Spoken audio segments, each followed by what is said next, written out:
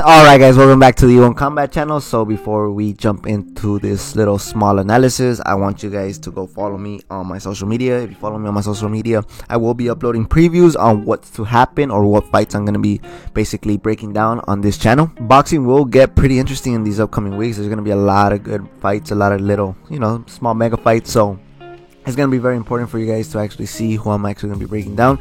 So just to give you guys a heads up, next week I'm actually going to be breaking down one of Gervonta Davis's fight. Gervonta Davis against Jesus Cuellar in honor of Gervonta Davis versus Leo Santa Cruz. That's going to be happening October 31st on Halloween. So you guys don't want to miss that. So today I'm actually going to be breaking down Josecito Lopez against Marcos Maidana, which was one of the most exciting fights of 2013. So to be fair, this fight's not really going to get too much into depth, because of the fact that it was more of a brawl than it was an actual boxing fight. But it was a very interesting one.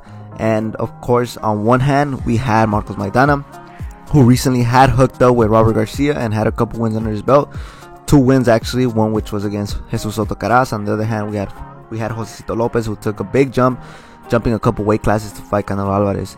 And here early on, you see Marcos Maidana establish the jab, something that Robert Garcia implemented into Marcos Maidana's style. So he slowly started working that jab a little bit more. He wasn't really that destructive come forward force like we had seen him previously, the thing that basically was exciting to the people. And of course, his signature overhand right that you guys see on screen. On the other hand, we had Josecito Lopez, who was a little bit more active in my opinion. He actually threw more power punches and landed the more cleaner power punches as well. And I think overall, this round number 1 was all Josecito Lopez in my honest opinion. Marcos Maidana was just basically trying to establish the jab, and Josecito Lopez would hit him with solid power punches. The bad thing is that Josecito Lopez doesn't necessarily have power to hurt Maidana. Fight many people believe would be the right hand, especially by Maidana. And that was a beauty. Boy, he throws a great right hand. Again, Lopez would repeat the action on the inside with a right hand as he set up with the jab and then cuffed him with that right hand. So when you make Josecito Lopez fight, he will fight. So the second round was pretty interesting as well, just for the mere fact that Marcos Maidana was constantly stalking Josecito Lopez, and Josecito Lopez, in my opinion, did the smart thing. So Josecito Lopez would throw a bunch of power punches or a combination, and he would constantly move or circle onto his left side or Marcos Maidana's right side. So he constantly would move and just land the punches that were necessary, because I felt like in his head, he knew he did not have the power to hurt Marcos Maidana, and he knew that if he brawled with Marcos Maidana, at any moment he was going to get caught up and get hurt with a punch like the one that you're going to see here.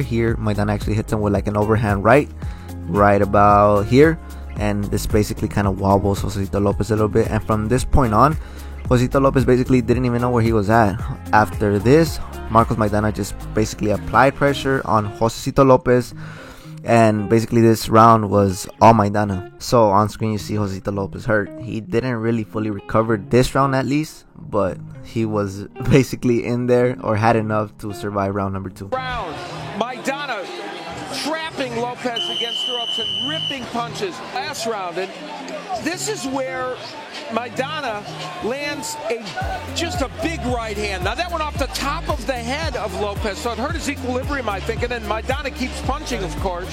So the round started great as well. This overall was a great fight. So Marcos Maidana right off the bat just applied pressure on Josecito Lopez, probably thinking that Josecito Lopez hadn't fully recovered from round number 2. But the crazy part is that Josecito Lopez just kept coming back, man. Like, although he honestly, like I mentioned, doesn't necessarily have the power to hurt Maidana, but he would come back with solid combinations. He would come back with 3-4 punch combinations that will get Maidana's attention. And honestly, this was probably, like I said, the most fascinating fight of that year. And here you guys will see a little bit of an exchange between both these fighters. Here you guys see Maidana actually apply the pressure on Josecito Lopez, and Josecito Lopez right away comes back with those combinations like I mentioned. So this was a very close round. Once he got Lopez on the ropes, of course, he rips those shots. Lopez trying to tie him up. Later in the round, though, and here's the significant thing about this. We asked, could Lopez hurt Maidana with something? Well, he landed some big power punches toward the end of that round. Punches that I think may have had some kind of impact on Maidana, that right hand specifically. This was one of the most exciting rounds and such a great round for Josecito Lopez. He started to really let his hands go and turn this into full-on brawl. He actually ended up hurting Marcos Maidana with the hook to the body.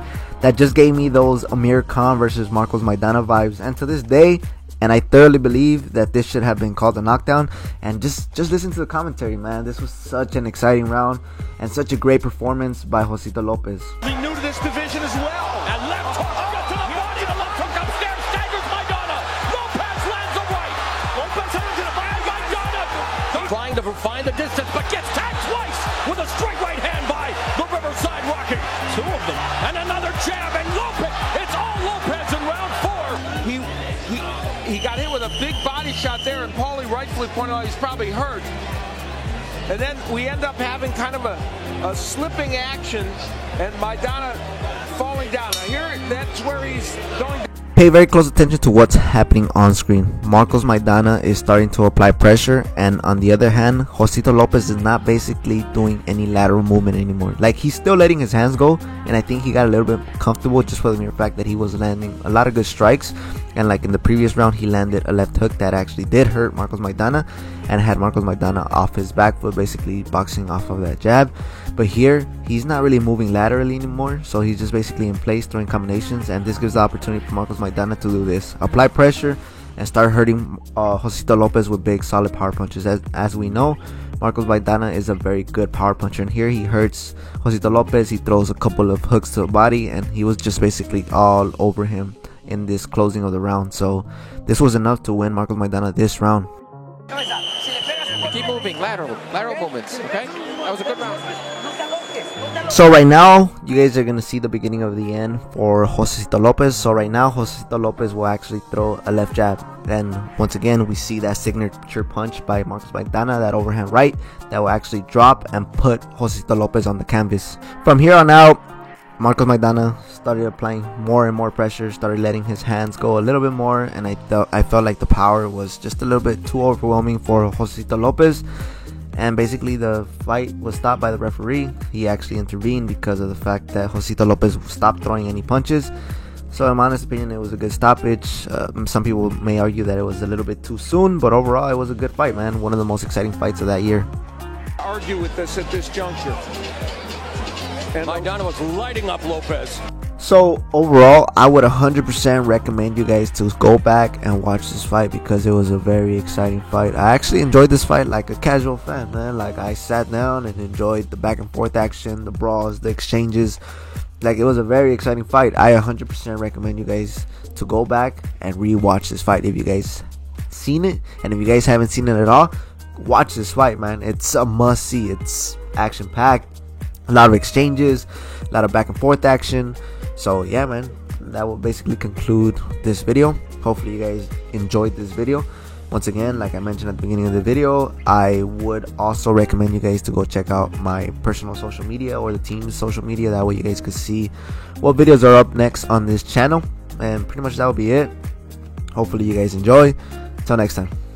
Right hand, that one to the body, but the overhand right is such a tremendous weapon for him, and in this case it sent Lopez down. Brave warrior, but was getting nailed with punches like that uppercut, and wasn't holding, as Paulie pointed out, and wasn't really punching back. And I think the fact that he was stumbling and getting that last right hand gave great stoppage. Yeah, gave. Your winner by KO victory, and now the WBA Intercontinental Welterweight Champion, Marcos El Chino Maidana.